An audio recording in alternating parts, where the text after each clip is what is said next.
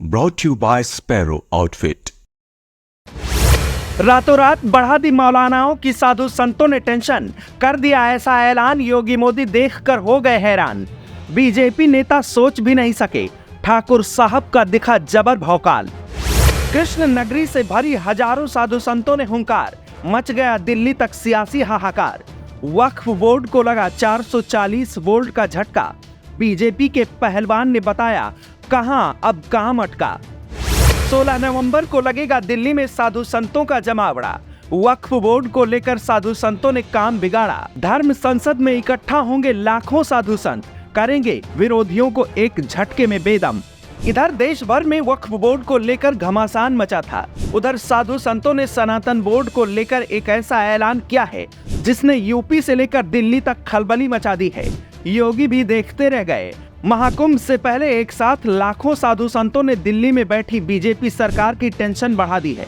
यहाँ तक कि बीजेपी के पहलवान ने तो सियासी दंगल छेड़ दिया है जिसने मौलानाओं के पसीने छुड़ा दिए हैं। देवकी नंदन ठाकुर ने तो ईंट से ईंट बजाने की बात कह दी है, जिसको लेकर साधु संतों ने भी कमर कस ली है, जिसके बारे में आगे बताते हैं। लेकिन उससे पहले आपको बता दें, कृष्ण नगरी वृंदावन के सुदामा कुटीर में साधु संतों ने हाल ही में बड़ी बैठक की थी, जिसमें कथावाचक देवकी नंदन ने धर्म संसद को लेकर बड़ी बात कही। उन्होंने ऐलान किया कि 16 नवंबर को दिल्ली में धर्म संसद का आयोजन होगा, जहां देश भर के साधु संत शामिल होंगे। इस दौरान देवकी नंदन ठाकुर ने इस बात को भी दोहराया कि वो किन मुद्दों को लेकर धर्म संसद में चर्चा करेंगे, जिसने अभी से बीजेपी सरकार की टेंशन बढ़ाई हुई है। इतना ही नहीं, वहीं इस बैठक में मौजूद साधु संतों ने भी आह्वान किया है कि अब समय आ चुका है जब हमें सनातन धर्म की रक्षा के लिए शास्त्र का ज्ञान के साथ साथ शस्त्र भी उठाना होगा।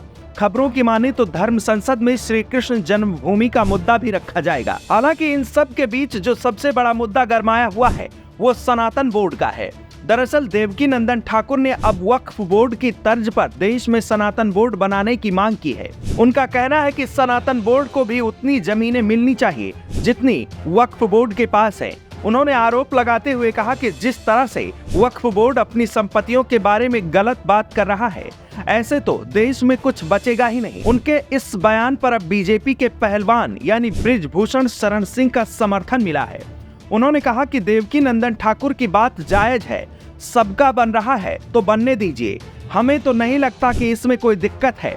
बता दें कि इससे पहले भी देश के कई साधु संत भी सनातन बोर्ड बनाने की मांग उठा चुके हैं, जिसको लेकर अब सियासत भी गरमाई हुई है। खबरों की माने तो धर्म रक्षा संघ ने सनातन बोर्ड की मांग का समर्थन करते हुए पीएम मोदी को पत्र लिखा है, जिसमें उन्होंने कहा कि 16 नवंबर को सुदामा कुटी, गोरे दाऊजी, हनुमान टेकरी बड़े आश्रमों के अलावा अन्य आश्रमों से भी 1000 से अधिक साधु संत दिल्ली जाकर आयोजन को सफल बनाएंगे, जिसको लेकर तैयारियां भी शुरू हो गई हैं, क्योंकि 15 नवंबर को कार्तिक पूर्णिमा है, जिसकी तैयारी साधु संत कर रहे हैं।